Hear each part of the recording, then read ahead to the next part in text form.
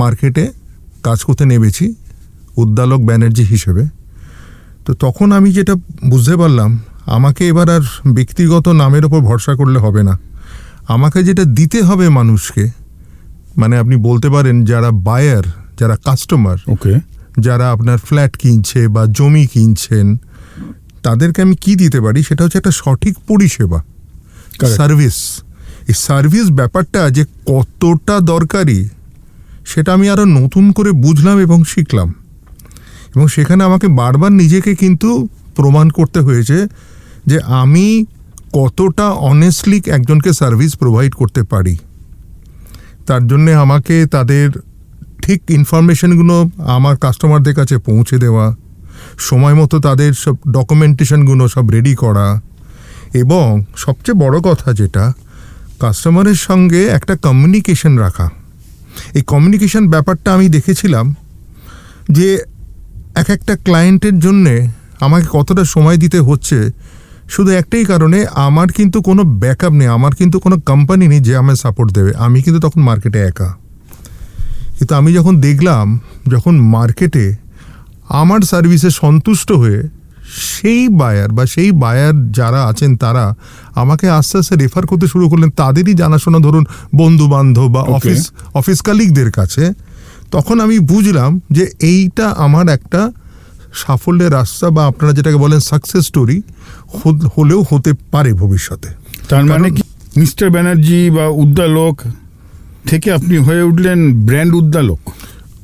অনেকটা বলতেই পারেন। আমি এটা বললে অত্যুক্তি হবে না। তখন আমাকে, এবং তখন থেকে আজ পর্যন্ত উদ্দালক আছে, চিন্তা নেই, এই যে একটা ব্যাপার চলে আসছে আস্তে আস্তে, এবং আমার একটা গ্রহণযোগ্যতা যেটা আমার বাজারে আস্তে আস্তে আমার ছড়িয়ে পড়ছে, এইটা আমাকে ভীষণভাবে সাহায্য করলো ইন্ডিপেন্ডেন্টলি কাজ করার।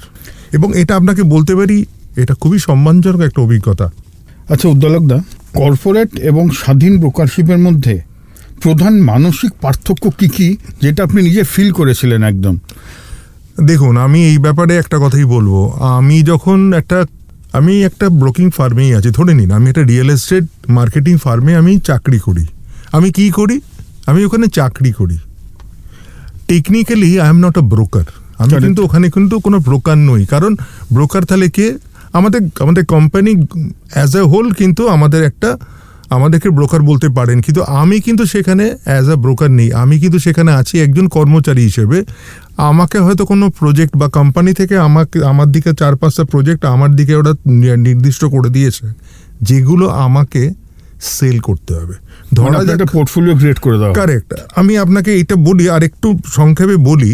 ধরুন আমাদের কোম্পানি তখন, সেই সময়টা ধরুন আপনার 2003 বা 2004 সালের কথা বলছি, সেটা ছিল কিন্তু সেলার্স মার্কেট। এই সেলার্স মার্কেট মানে বুঝতেই পারছেন, তখন কিন্তু আমরা যারা সেল করছি রেসিডেন্সিয়াল, চিফলি রেসিডেন্সিয়াল, আমি কমার্শিয়ালের মধ্যে এই মুহূর্তে যাব না, চিফলি রেসিডেন্সিয়াল প্রপার্টিজ আমরা যারা সেল করছি, সেটা ফ্ল্যাট বলুন বা বাংলো বলুন, সেইগুলো কিন্তু তখন চাহিদা তুঙ্গে। এবং তখন গ্রাহকরা বা কাস্টমাররা আমাদের পেছনে ঘুরছে যে ভাই আমার এই ফ্ল্যাটটা আমার চাই, তুমি এই ফ্ল্যাটটা আমার যেভাবে হোক দাও। কারণ সেই সময় আপনি যদি ইকোনমিক্সের, আপনি যদি প্রিন্সিপাল অনুযায়ী এগোন, আপনি দেখবেন ডিমান্ড আর সাপ্লাইয়ের যে ব্যাপারটা, তখন আপনার ডিমান্ড যা ছিল তার সঙ্গে সামঞ্জস্য রেখে সাপ্লাইটাও ছিল। ওকে। এবং তখন মানুষ আস্তে আস্তে সচেতন হচ্ছে যে একটা ফ্ল্যাটে থাকা যায়, ঠিক আছে, একটা ভার্টিক্যাল একটা ডুয়েলিং, তখন মানুষের মনে আস্তে আস্তে বাসা বাঁধছে। আপনি যদি ভেবে দেখেন যে 2000 সালের গোড়ায় তখনও কিন্তু ফ্ল্যাট কালচারটা ওইভাবে ডেভেলপ করেনি। সেটা কি ট্রানজিশনাল ফেজ ছিল? এক্স্যাক্টলি। আপনি একটা বাড়িতে থাকতে ভালোবাসেন, ঠিক। আপনি আপনার বাবাকে যখন বলছেন যে বাবা আমি একটা ফ্ল্যাট কিনবো, আপনার বাবা আপনাকে বলছে তো এমন জায়গায় গিয়ে থাকবো কেন যেখানে দেওয়ালটা আমার নয়, ওইদিকে একজন থাকে, মেঝেটা আমার নয় কারণ নিচে একজন থাকে, ছাদটা আমার নয় কারণ আমার ওপরে একজন থাকে, তাহলে আমার কি?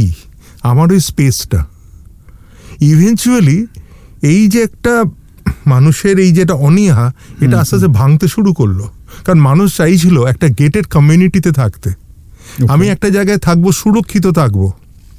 আমার বাড়িতে আমি একা বা দোকা আমি যাই থাকি না কেন, আমি সপরিবারে থাকি বা কি, আমি যদি কোথাও যদি আমি বাড়িতে তালা বন্ধ করে চলে যাই, আমি জানি না এসে দেখবো আমার তালা সুরক্ষিত আছে না ভাঙা। ঠিক। ওয়্যারএজ আমি যদি একটা গেটেড কমিউনিটি থাকি, একটা গেটেড কমিউনিটি, ধরা যাক আপনার এখানে একটা কোনো বড় একটা 500 বা 600টা ফ্ল্যাটের একটা কোনো প্রজেক্ট তৈরি হয়েছে, তার মানে এটা আমার ধরে নিতেই হবে যে সেখানে কিন্তু খুবই কড়া সিকিউরিটি। আপনি কিন্তু নিশ্চিন্তে আপনি আপনার ফ্ল্যাটের তালা চাবি দিয়ে আপনি নিশ্চিন্তে সপরিবারে ভ্রমণ করতে চলে যাচ্ছেন, আপনি 1 মাস বাদে এসেও দেখছেন আপনার ফ্ল্যাটে কিন্তু একটা আঁচড়ও পড়েনি। এই কারণে মানুষের মধ্যে আস্তে আস্তে ফ্ল্যাট কালচার যেটা বলে সেটা আস্তে আস্তে ডেভেলপ করতে শুরু করলো, আর আমাদের মার্কেটিং কোম্পানিগুলো সেইগুলোকে এনক্যাশ করতে শুরু করলো। আনএথিক্যালি নয়, অবভিয়াসলি এথিক্যালি সেটাকে এনক্যাশ করতে শুরু করলো। আর এইটা হচ্ছে শুরু। আচ্ছা, এবার আমাকে একটা জিনিস বলুন, আগে যখন আপনি সার্ভিস করতেন বা এখন যখন আপনার নিজস্ব এন্টিটি হয়ে গেছে, ঠিক আছে, আমরা একটা জিনিস প্রায় বলে থাকি যে কোম্পানিতে মিস্টেক করলে একবার হয়তো শোকজ করবে, কিন্তু আপনি যদি এখানে একবার মিস করেন বা আনইনটেনশনাল কোনো মিস্টেক করে ফেলেন বা সাপ্রেশন অফ ফ্যাক্ট হয়ে গেল যাকে বলা হয় আনইনটেনশনালি, কারেক্ট, সেটা কিভাবে কাস্টমাররা দেখেন? আসলে কি জানেন, আমরা যারা এখন ইন্ডিপেন্ডেন্টলি কাজ করছি বা স্বাধীনভাবে কাজ করছি, বলতে ভালো লাগে আমরা এখন ফ্রিল্যান্সার বা আমরা স্বাধীন, কিন্তু একটা জিনিস জানবেন, we are working on a tight rope. Correct. ব্যাপারটা কি হয়, আপনি যখন একটা কোনো ক্লায়েন্টকে সার্ভিস দিচ্ছেন, আপনার একটা ছোট্ট ভুল তথ্য বা একটা ছোট্ট মিথ্যে কথা, আমি মিথ্যে কথাটাই বলবো, তার কারণ হচ্ছে যেটা আমরা দেখতে পাই কলকাতা দিকে দেখতে পাই, এই কথাটা আমি আবার পরে হয়তো আসতামই, আপনি যখন জিজ্ঞেস করলেন বলছি, আমরা এখানে সঠিক তথ্য কি আমরা কাস্টমারকে পরিবেশন করি, সেইটা করা ভীষণভাবে দরকার। আমরা সেটা করি না বলেই কি হয়, একটা ভুল বোঝাবুঝির সৃষ্টি হয়, এবং তারপরে আমার বা আমাদের মতো যারা বাজারে যারা কাজ করছেন, রিয়েল এস্টেটের জগতে কাজ করছেন, তাদের গ্রহণযোগ্যতাটা কমে যায়। ওকে, এই হচ্ছে ব্যাপার, যার জন্য আমাদের যেটা মাথায় রাখতে হবে, আমি যদি কিছু না জানি, আমি একটা কোনো তথ্য সম্বন্ধে আমি শিওর নই যে ইয়েস দিস ইজ রাইট, ওকে, বা এইটাই হয়তো হবে, আমি জানি না, আমি জোর দিয়ে বলতে পারছি না, আমি কিন্তু আমার কাস্টমারের সামনে আমি হাত তুলে সারেন্ডার করব যে আপনি এই ব্যাপারটাতে আমার একটু সময় দিন, আমি কিন্তু সঠিক তথ্য এক্ষুনি আপনাকে বলতে পারবো না। আমি যদি বুক চিতিয়ে এই কথাটা বলার যদি আমি সাহস রাখি, আপনি এইটুকুনি জানবেন, কাস্টমার কিন্তু আমাকে সম্মান করবেন, কাস্টমার আমাকে শ্রদ্ধা করবেন। ঠিক, তিনি বলবেন হ্যাঁ উদ্দালক তুমি ঠিক আছে, তুমি তাহলে আমাকে কালকের মধ্যে জানাচ্ছ। আমি বললাম হ্যাঁ কালকে নয়তো পরশুর মধ্যে আমি আপনাকে ডেফিনেটলি জানাচ্ছি, আমাকে 2 দিন সময় দিন। সবসময় একটু বেশি সময় চেয়ে নিতে হয়।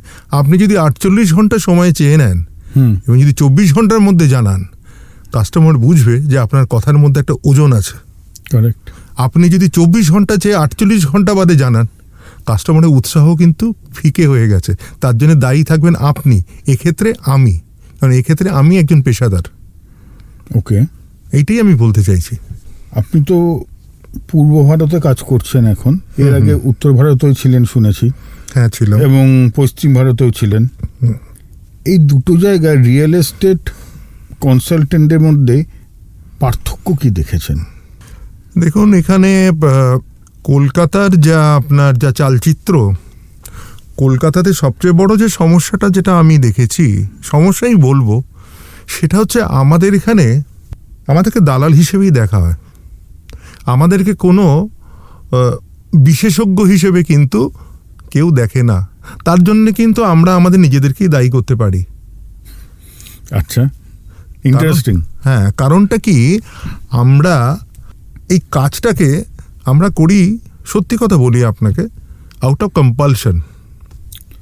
চাকরিও সবাই আউট অফ কম্পালশন করছে না। ছোটবেলা থেকে একটা জিনিস আপনি হয়তো শুনে আসবেন যে কিছুই যখন করার নেই তুই বেচুবাবু হয়ে যা। কারেক্ট। ধীরে ধীরে দেখা গেল সেখানেও কিন্তু প্রচণ্ডভাবে প্রতিযোগিতা। এবার আপনি দেখবেন কলকাতার সমস্যা হচ্ছে, কলকাতাতে আনএমপ্লয়মেন্টটা এমন জায়গায় চলে গেল, এবং নানান রকম রাজনৈতিক যে পটভূমিকা, যার মধ্যে আমি কখনোই ঢুকবো না, কারণ আমি নিজে রাজনীতি বুঝি না আর আমার বোঝার কোনো স্পৃহাও নেই। কিন্তু যে সমস্যাটা তৈরি হলো ধীরে ধীরে, সেটা হচ্ছে একটা ইকোনমিক মেলডাউন, যেটা এই মেলডাউনটা আমাদের কিন্তু আস্তে আস্তে প্রচুরভাবে ক্ষতি করলো। Okay. তার একটা প্রধান একটা আপনি উদাহরণ দেখবেন, আপনার পাড়ায় আপনি যাবেন, আপনি যদি কাউকে বলেন যে ভাই আমার আমার আমার আমার মেসো আমাদের পাড়ায় আসবে, আমাদের একটা না বাড়ি ভাড়া লাগবে, আপনি দেখবেন অন্ধকার থেকে আপনি প্রায় 5-6 জন চলে এলো যাদেরকে আপনি চিনতেন, কিন্তু তারা যে ব্রোকার আপনি জানতেন না। কেউ হয়তো Correct. রিক্সা একদম ঠিক, চালায়, একদম ঠিক। কেউ হয়তো রিক্সা চালায়, কেউ হয়তো চায়ের দোকানে চা খাওয়ায় লোককে, মানে চা ওলা এক কথায়, কেউ হয়তো আপনার পাড়া ধোপা, ওই বিহারি ধোপা, সবাই এসে গেল যে আমি আছি তো দাদা, চিন্তা করছো কেন? আপনি বললেন এই তুই এইসব কাজ করিস নাকি?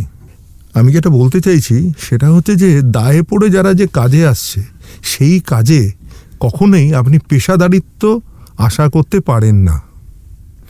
আর এখানেই আমাদের সঙ্গে উত্তর ভারতের তফাৎ, এখানেই আমাদের সঙ্গে মহারাষ্ট্রের তফাৎ, এখানেই আমাদের সঙ্গে দিল্লি বলুন, পাঞ্জাব বলুন, মহারাষ্ট্র, আপনি যেখানেই যাবেন ওখানে কিন্তু অনেক অর্গানাইজড ওয়েতে ওরা কাজ করে।